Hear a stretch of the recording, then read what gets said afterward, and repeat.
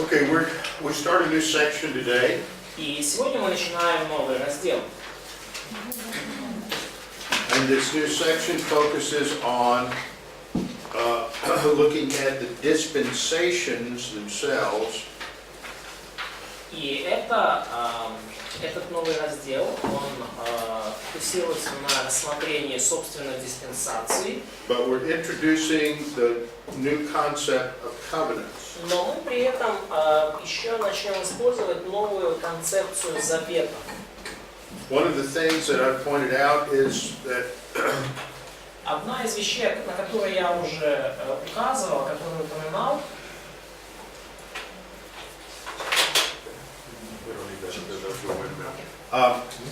is that a dispensation shifts due to new revelation. это то, что диспенсации сменяют друг друга согласно тому, как Бог дает новое откровение. And in the Old Testament, this is almost always due to a new covenant. И в Ветхом Завете это практически всегда связано также с каким-то новым заветом. Or the revision of a covenant. Или пересмотром предыдущий завет. Когда я говорю Новый Завет, я не говорю о конкретном там Новом Завете, там, Иезекииля, я говорю Новый Завет с маленьким.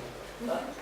Okay, so the first section that we're going to talk about today focuses on the basic types of covenants. И первая тема, которую мы затронем сегодня, это вообще общие типы заветов. So under the next division on covenants, there are three things that we're going to look at.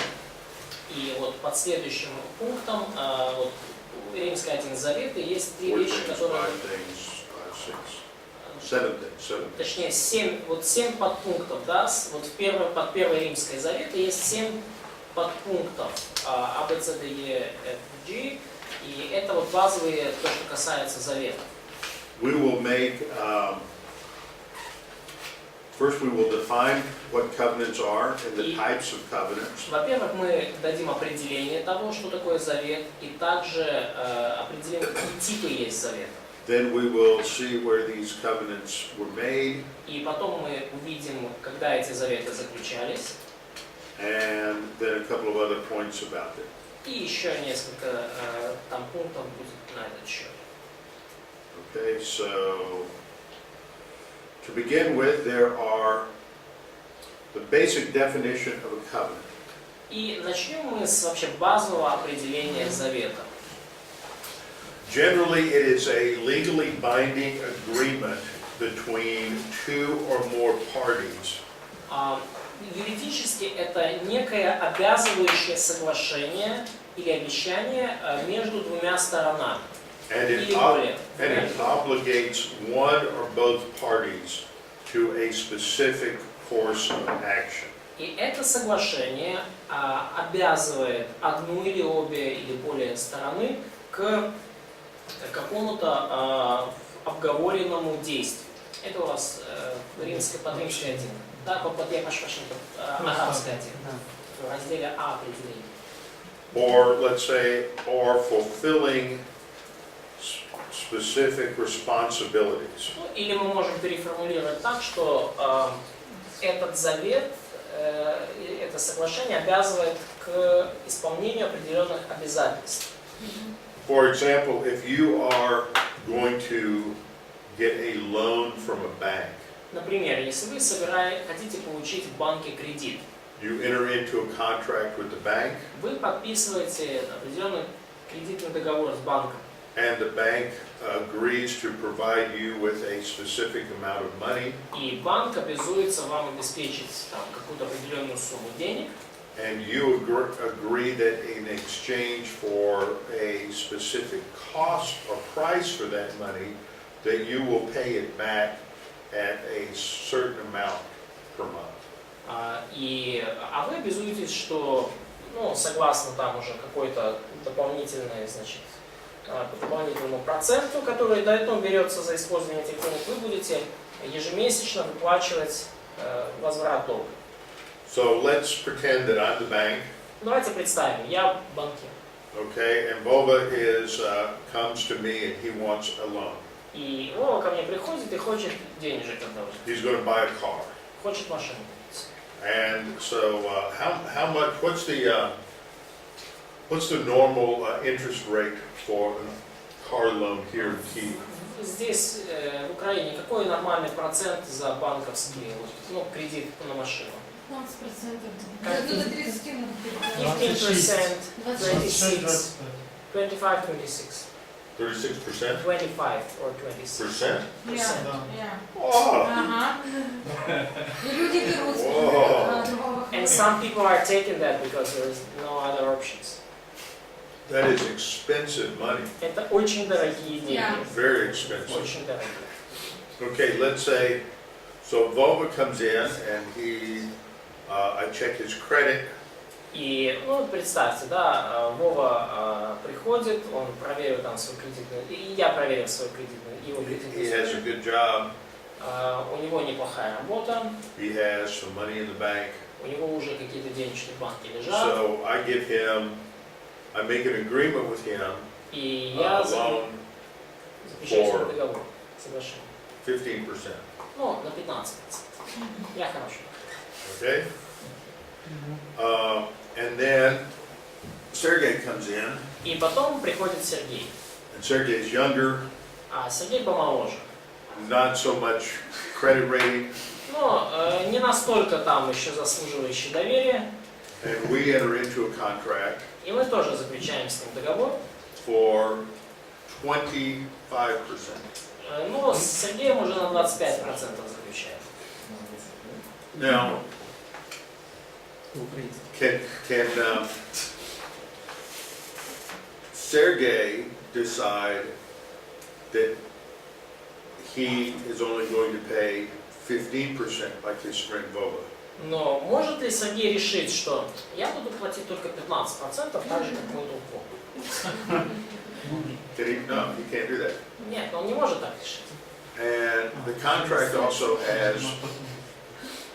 has penalties if you don't pay. И также в контракте прописаны штрафы, да, если вы не выплачиваете вовремя. Okay? So this is like a contract God makes with us. И это похоже на контракт, договор, который Бог заключает с нами. God is always the party of the first part.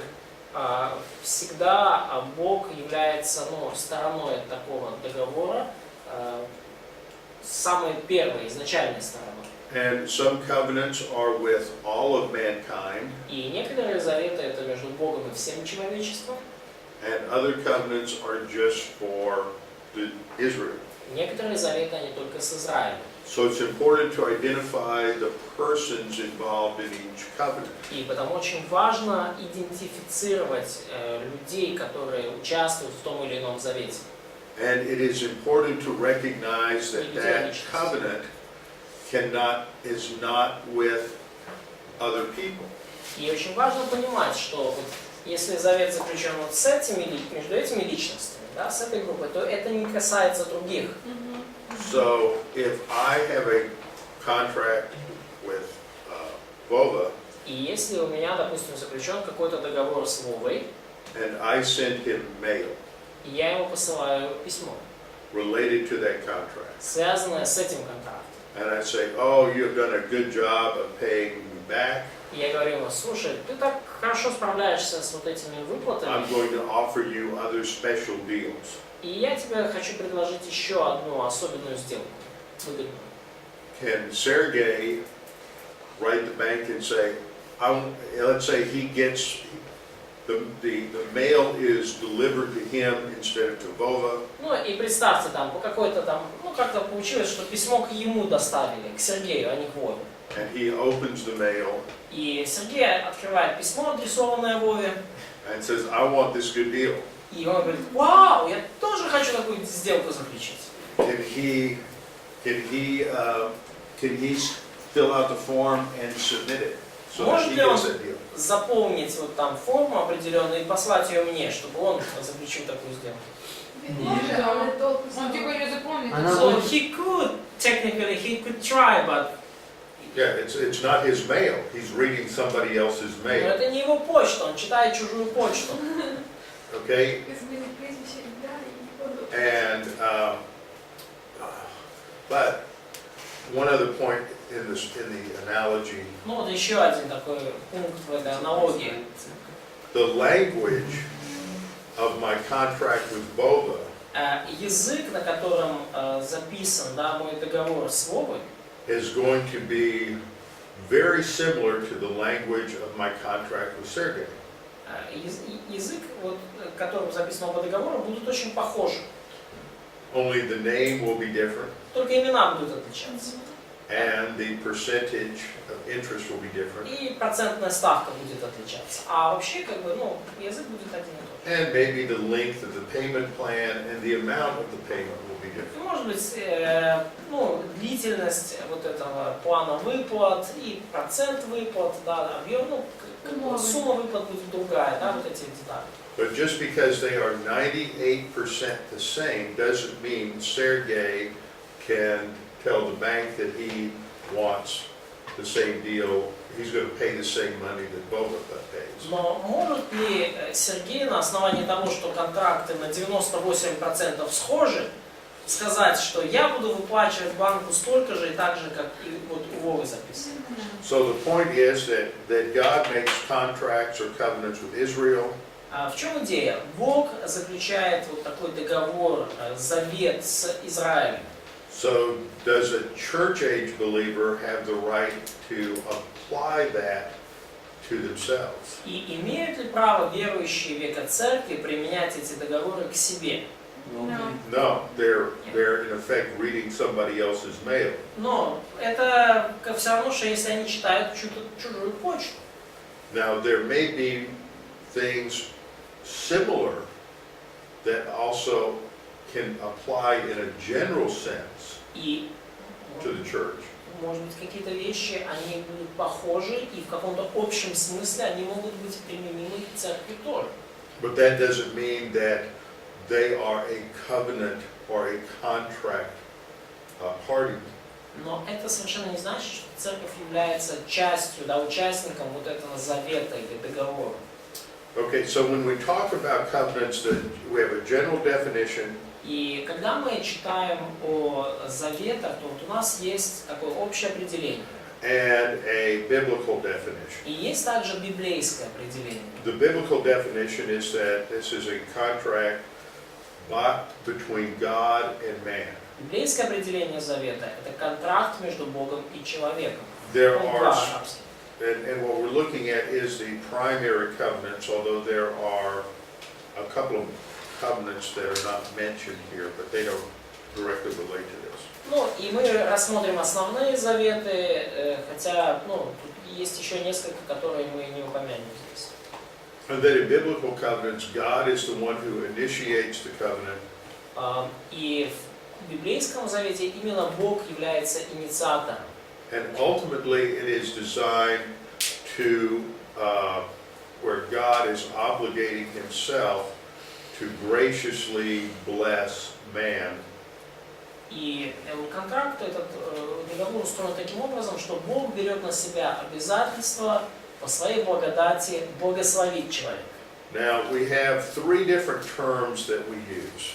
И есть три термина, которые мы будем с вами использовать. The first two are the ones that are often commonly used. И первые два используются достаточно часто. A conditional covenant Это термин условный завет and then an unconditional и covenant. второй термин безусловный завет. But one of the things that we have to recognize is that even in an unconditional covenant, Но один из моментов, который нам надо осознавать, что даже в безусловном завете the full realization of the blessings may still involve fulfilling a condition. даже в безусловном завете полная реализация, полное высвобождение благословения, оно все равно зависит от исполнения определенных условий. So I think a better term would be the term unilateral covenant. И потому я думаю, что лучше будет использовать термин «односторонний завет». A unilateral covenant means that God alone is obligating himself to fulfill the blessings. Односторонний завет подразумевает, что Бог, только Бог берет на себя обязательства по вот исполнению этого благословения. So unilateral covenant is a better way to express the term unconditional covenant.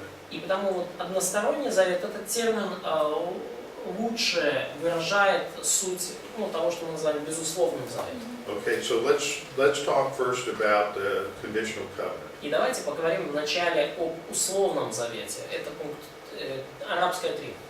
There's only one covenant that is a conditional covenant, И есть лишь один завет, являющийся условным. and that is the Mosaic covenant. Это завет с Моисеем. And God promises to provide certain blessings Бог обещает обеспечить определенное благословение, if man is obedient, or if Israel is obedient to the covenant.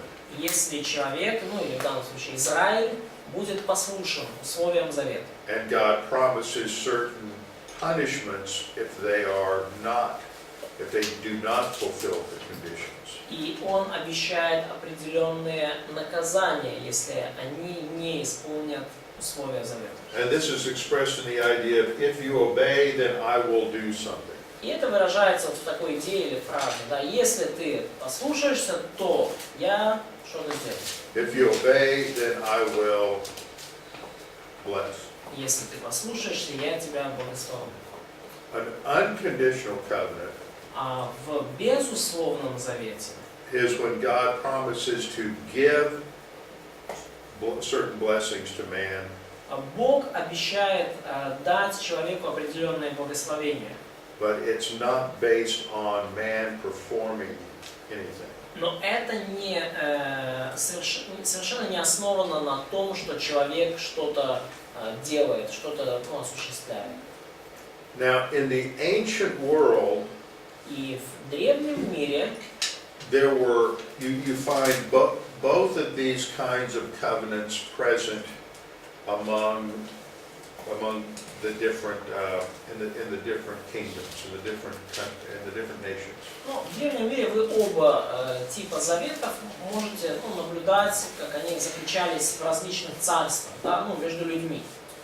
Now, we have all, I don't know, in America we have this phrase, what came first, the chicken or the egg? Да. И, Yes. есть такая фраза, да, что появилось первым, курица или яйцо? Okay, according to the Bible, what came first, the chicken or the egg? Согласно Библии, что появилось первым, курица или яйцо? Курица. Chicken. Right. Да, согласно Библии, So курица. what came first? Итак, что появилось первым? God making a covenant with man, or man making covenants, and then God patterning his covenant after what man does? То есть, что появилось первым? Бог заключил завет с людьми, либо люди заключали там между собой какие-то заветы, и потом Бог просто сделал это так, как людям было привычно. God first. Yeah, that's important because there are some scholars who Это важно. put man first, И есть некоторые ученые, которые человека ставят, and they make it sound as if God's covenants are conforming to human expressions of covenants. и у них это звучит так, что Божьи заветы, они, скажем, сделаны по образцу человеческих заветов друг с другом. Да? Понятно? But if we look at Genesis, God is the first to enter into a covenant with man. Но если мы читаем книгу Бытие, мы видим, что Бог первый вступает в завет с человеком. So human covenants come into existence as a reflection of the covenant that God has made with man. И потому человеческие заветы являются уже отражением тех заветов, которые Бог перед этим заключил с людьми. And so it is important to realize that in all of the world's religions, only the Jewish and Christian Bible has a God that legally obligates himself by way of a covenant with man. И важно понимать, что среди всех мировых религий, только в иудейской и христианской Библии мы видим Бога, который по своей воле, Он обязывает себя, связывает себя какими-то обязательствами по отношению к человеку. And one of the implications of this is that it prevents, it means that God is not open to just arbitrary actions. И одно из применений этого, это то, что Бог не просто, Бог не склонен к самодурству. God reveals that He is going to treat the covenant partner in certain specified ways. То есть, Бог не делает просто так, как ему там взбредет там его божественный. Бог обращается с другой стороной вот этого завета, контракта определенным образом. Now that has great implications for people for a culture that understands the stability that provides. И это действительно имеет серьезное значение для культуры, которая понимает ту стабильность, которая приходит вот с таким заветом. Because that provides a certain certainty and stability in man's relationship to God. Потому что вот это понимание вот этого договора, завета, оно приносит в отношении между Богом и человеком вот это ощущение стабильности. Now let me give you an example of what I'm talking about. Давайте я вам приведу пример того, о чем мы говорим сейчас. In Islam, Allah does not enter into contracts with human beings. В исламе Аллах не вступает ни в какие договоры с людьми. He does not define his relationship with man in some sort of contractual or legal obligation. Он не определяет свои отношения с людьми в виде какого-то законного или в какой-то законной форме или в форме контракта. Нічого нікому не обіцяє. So he is not promising anything to anyone. Right. Да. Поклоняйтесь просто. Just worship me. Yeah, right, right. So that leaves a huge amount of ambiguity and uncertainness about man's relationship to God. И это приносит в человеческие отношения с таким Богом очень туманность, запутанность и неуверенность. So in Islam you have this phrase, inshallah. И в исламе есть такая фраза «иншалла». It means if God wills. Типа, если Богу будет угодно, если Аллаху будет угодно. And they say that and attach that to everything. И они это говорят в отношении чего угодно. Because they have no certainty of knowledge ultimately. Потому что нету вот уверенности, нету точного знания о чем-то. The result is that this has produced a culture that really makes no intellectual or cultural advances. И в результате это приводит к появлению культуры, которая не имеет, которая не развита ни интеллектуально, ни культурно. Any advances that we see in the Muslim world are the result of Western or outside influence. То есть любое вот какое-то там развитие или продвижение, которое мы видим вот в мусульманских странах, это результат западного влияния. You will often hear people talk about this sort of golden age of Islam in the 9th and 10th, 11th centuries. То есть вы услышите людей, которые говорят про золотой век ислама, там, 9, 10, 11. But everything that made that, everything positive that they had was really taken from other cultures. Но по сути все положительное, что там у них было в это время, они просто взяли из других культур.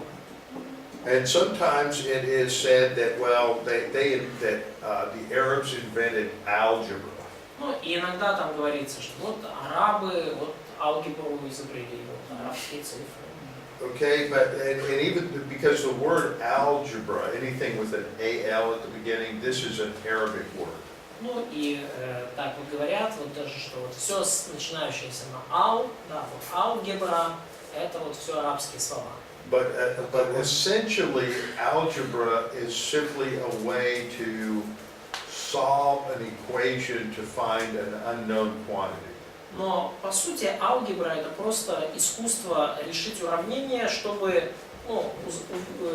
вычислить неизвестную величину, да, неизвестную переменную.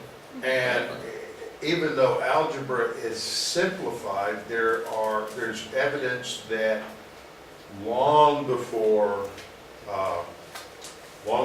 Islam, engineers were able to solve for unknown quantities. Да, и даже несмотря на то, что, конечно, арабы ему как-то упростили, систематизировали, но есть свидетельство того, что задолго до ислама инженеры уже решали задачи, где надо было выяснить неизвестную величину из уравнения. You know, a lot of people in the West are trying to almost pander to Islam today. И многие люди сейчас на They try to validate. magnify. Yes, suck up to. You understand suck up? Многие люди сейчас на Западе пытаются как-то вот так проникнуться исламом, вот для них это найти в этом какое-то вот что-то новенькое, особенное. Ну, то есть как-то возвысить ислам.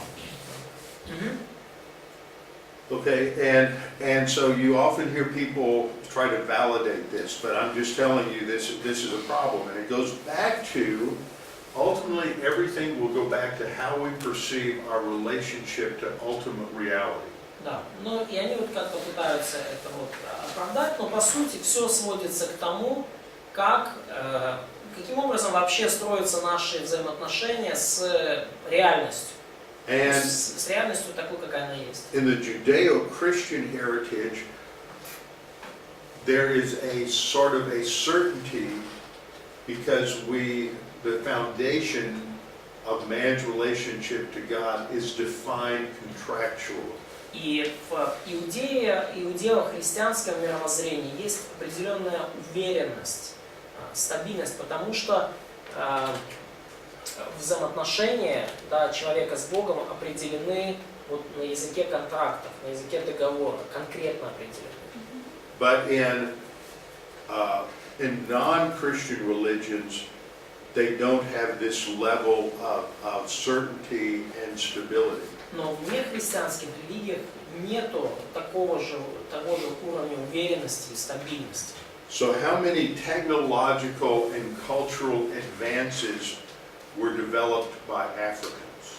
И какие мы видим успехи там в технологии или в культуре или, например, совершенные африканцами Or the Chinese? или китайцы.